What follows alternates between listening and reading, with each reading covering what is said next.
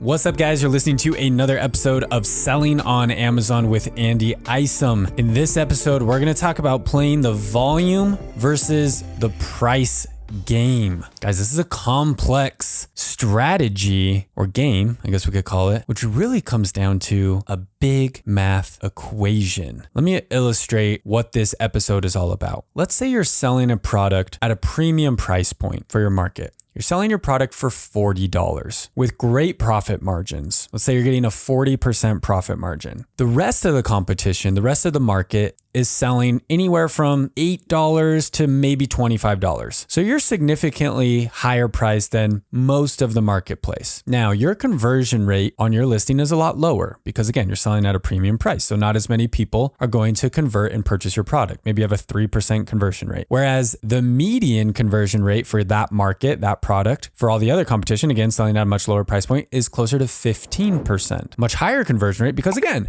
it's $8 or $10 or $12 and yours is $40. So of course it's going to be a higher conversion rate. But we know that if we're in business, we don't get paid in profit margin percentages. We don't get paid in conversion rates. We get paid in dollars. Now, all those percentages, those ratios, those metrics, they're important. It's important to know your profit margin. It's important to know your conversion rate, your click-through rate, all those metrics. But at the end of the day, you get paid in dollars. So what really matters when it's all said and done is how many dollars did you keep, right? For every sale, for every 100 sales at the end of the year, after your expenses, how much money did you actually make? That's the money that goes in your pocket. That's the money that pays the bills. That's that money that pays for the toys and the trips and whatever, right? So money, dollar bills is what really matters at the end of the day in business. So with this game of volume versus price, we're saying, is it better to sell my product for $40 with a 3% conversion rate at a 40% profit margin? Or am I better off selling for $20 with a much higher conversion rate with a much lower profit margin? Do we go for high price, high profit margin, low volume, right? With the $40, 40% profit, low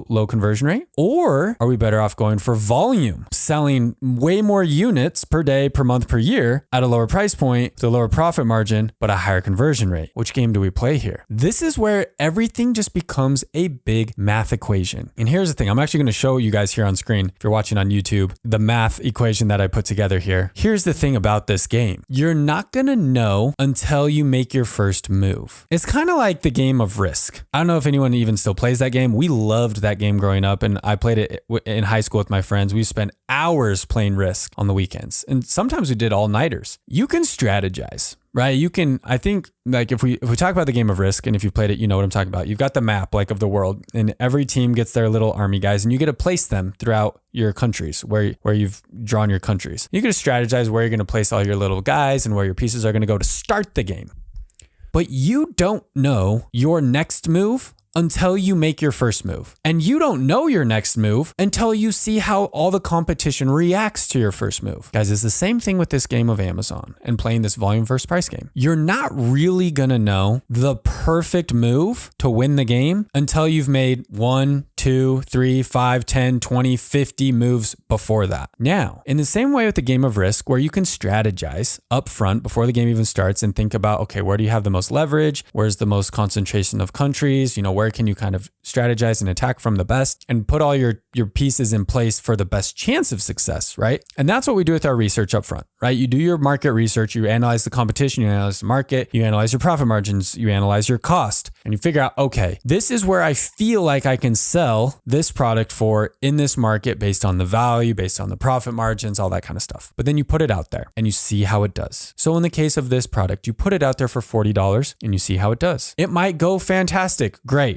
You hit a home run, but it might not go as well as you thought. Maybe you're not getting the conversion rate you thought. Maybe you're not getting the reviews you thought. Maybe you're not getting the sales you thought. In the same way that if you're playing a board game or playing Risk, you might make a move and then the other guy counters it and you're like, oh crap, I didn't think about that, or I didn't see that coming. And now you got to adjust and try something different, right? So it's the same thing with our Amazon businesses. And guys, this example that I've used, this $40, 40%, this is actually a real life example from my own brand. This is a real product that I sell, sold it for about a year, and selling it, launching it, selling it for $40. It sold, but it didn't sell that great, or maybe as great as we hoped it would sell, which I think many of you guys listening are in the same situation. You launch your product, you have high hopes for it. You're like, this is amazing. We did a great job designing it, And then it's like, it's just kind of chugging along. Now you have to decide, are you in the best position for success with that specific product in that specific market?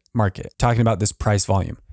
Is it better to just chill at $40? Let's say you're selling 3 units a day. Is it better to chill at $40, sell 3 units a day, get your profit and go about your day? Or are you better off lowering your price, taking a hit on your profit margin, but increasing conversions? Is that move going to make you more money? Because again, we're talking about money in the bank at the end of the day or at the end of the year. So let's look at this from a perspective of actual math. Okay. So I'm going to share my screen here. Again, if you're listening on YouTube or watching on YouTube, I should say, you're going to be able to see this. If not, I'll walk you through it here on the podcast. Okay. So I've done some math equations here using my best friend for math, ChatGPT. So I gave it a scenario. I said, okay, I'm trying to decide if I should sell my product for $40 or $20. Now, assume the profit margin at $40 is a 40% profit margin, and I'm selling 3 units a day, okay? $40 product, 40% profit margin, I'm selling 3 units a day. How much money do I make in profit after 365 days? And the answer to that is $17,520, okay? Let me repeat that for you for the podcast listeners here. If I'm selling a $40 product with a 40% profit margin, selling 3 units a day, after 365 days or 1 year, I will make $17,520 in profit. So I told ChatGPT, I said, okay, I want to figure out what my profit margin needs to be at if theoretically every dollar I drop in price, my units sold daily increases by 0.5. So I literally said this. This was the prompt. I basically, after doing all these math equations here, which you'd see here if you're watching on YouTube, I said, okay, do all this math again, but the sales per day for the $40 offer is 3 units. Pretend the sales per day increases by 0.5 units for every dollar lower the prices. So again, $40, I sell 3 units a day. If I charge $39, sales per day goes up to 3.5 units per day on average. If it goes to $38 price point, I sell 4 units a day. Again, this is just theoretical, but I would like to think that it would translate into the real world to some degree. Now, I don't know the exact, I could analyze a ton of competition and all their different price points and figure out what their conversion rates are and kind of try to nail that down. But just as like a pretty general estimate, for every dollar I lower my price, I sell half a unit more per day on average. So here's the table that it created for me. And this is interesting. So it's using the same math as the $40, 40% profit margin product. But I'm just saying, okay, for every dollar that I lower my price point, again, what does my profit margin need to be to get the same number of money at the end of the year? So you can see here, if I'm selling a $20 product based on, units sold per day increasing by half a unit from $40 all the way down, my profit margin would need to be 9% or 9.23% to make the same amount of money at the end of the year. And then my profit margin goes up from there because I'm selling half a unit less per day. Now, I understand that this math obviously is not perfect. It's not perfect, obviously, but it's more for understanding the philosophy here. Okay, we're understanding the philosophy of what is the best optimal ratio for your product in your market. So in order to know that, first, you need to understand the numbers. You need to understand your metrics. You need to know what your conversion rate is. You need to know what your units sold per day are. You need to know what your profit margin is. You need to know all those things. So tracking your numbers, knowing your numbers is very important. But then the second part of that is you need to test, and you need to give it enough time to test. I think that's where people make a mistake is, they'll launch a new product, they'll sell it for a week and be like, Andy, I'm not selling anything, or I sold 1 unit, I need to lower my price. It's like, it's been 1 week. We didn't make a change to our price, guys, until we had been selling this product for I think like 8 months. 8 months. So you need to have patience. I'm not saying you got to wait 8 months, but you need to have patience to give it a legitimate chance to gather the data, basically to stabilize. So once you've got your ad set up and running and you're optimizing things and it's gotten to a point where it's kind of plateaued, like, okay, we got up to 3 or 4 or 5 sales a day and we're stuck. We're stuck at that. It doesn't matter what you do to your ads, what you do to your listing optimization, all that kind of stuff. Because remember, we don't want to jump immediately to price. I want to reiterate that just because a product doesn't sell well, we don't want to jump immediately to thinking, oh, I got to lower my price. We want to try to optimize everything else first. So if you've optimized your listing, you've optimized your main image, your images, your video, your title, your ads, all that stuff, you've been doing it for a few months and you're still at a plateau, then you know, okay, maybe it is time to try to play this price versus volume game like Andy's talking about. So you need to have a set time period. So maybe it's 30 days and you keep everything consistent for 30 days and you measure the results. Obviously you need inventory in stock. So you measure and you say, okay, we literally sold 3 units every day for these past 30 days. Okay, now you've got a reference point. Take the conversion rates, take the click-through rates, take all that, right? Write down all the numbers, put it nicely in a Google Sheet if you want to. Then make your change. Again, whenever you guys are testing, when you're making changes, doing experiments, I recommend only testing one variable at a time. Because if you lower your price from $40 down to $20 or from 40 down to 30, let's say, but then you also change your main image and you also update your ads and open up a whole bunch of new ad campaigns and you also do this huge post on social media with an influencer. Like if you do all those things, you're not going to know. Like maybe it was lowering the price. Maybe it was your main image. Maybe it was the influencer. You don't know. So again, this takes some patience, but in the long run, this pays off. So you keep everything consistent. You don't do anything crazy different. You let all your ads run as they are, essentially, right? You don't make any drastic changes from the month before. And then you make that change of just simply lowering your price. That's the only change. You lower your price. You go from 40 to 30 and you measure. You let it run for 30 days and you see how much did your conversion rate increase? Or did your click-through rates on your ads increase? Did your ACoS go down on your ads? How many units did you sell? How did that affect your profit margin? Because obviously lowering your price, you're going to need to re-enter into the Amazon revenue calculator and see what is your new profit margin if you sell for $30 instead of 40. Then you can take all the numbers, how many sales, how many units, what your profit margin is at that price, and figure out, did you make more money selling for $40 during that previous month, or did you make more money selling for $30? Now you know. Now you know, Andy, for this specific product, I'm better off playing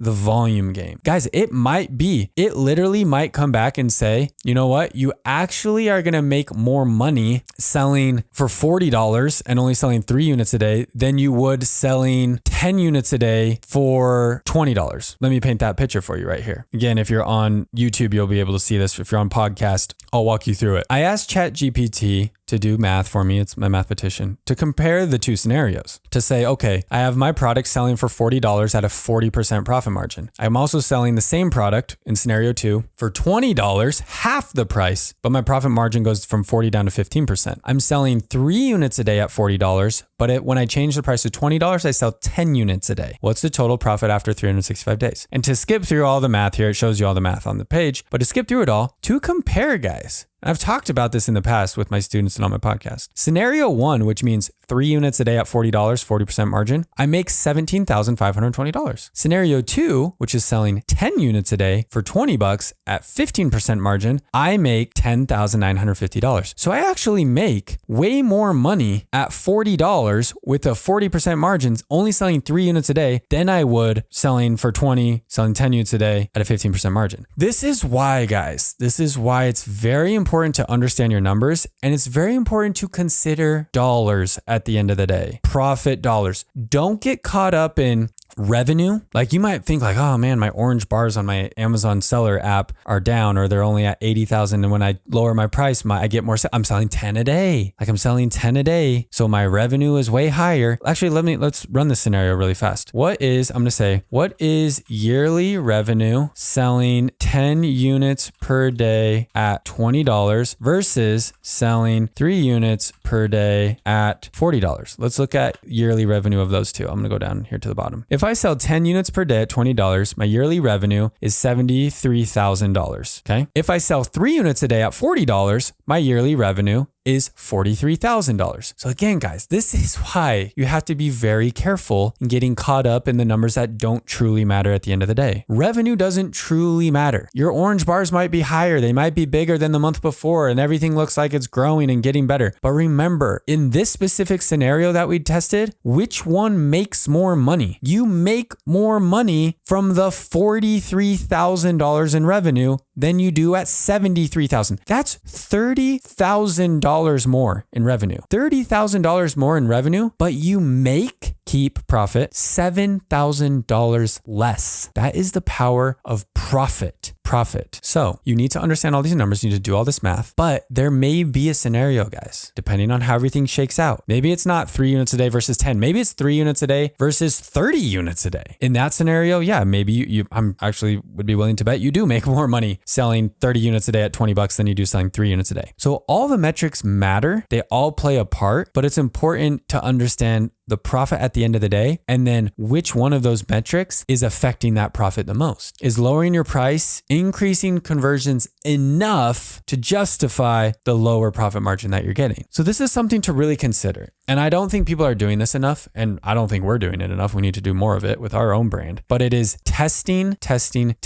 Don't get romantic with your price point and thinking that is the end all be all best place to play in the marketplace. There might be scenarios where lowering your price is better. And guys, vice versa. I don't want this episode strictly to be about like volume versus price means I got to sell more for less profit. No, you might be on the other end of the spectrum. Maybe you are selling for a super low price, competitive price, and you're selling a ton of units per day, but your profit margin is so small, you would actually be better off raising your price and selling less units per day. So test.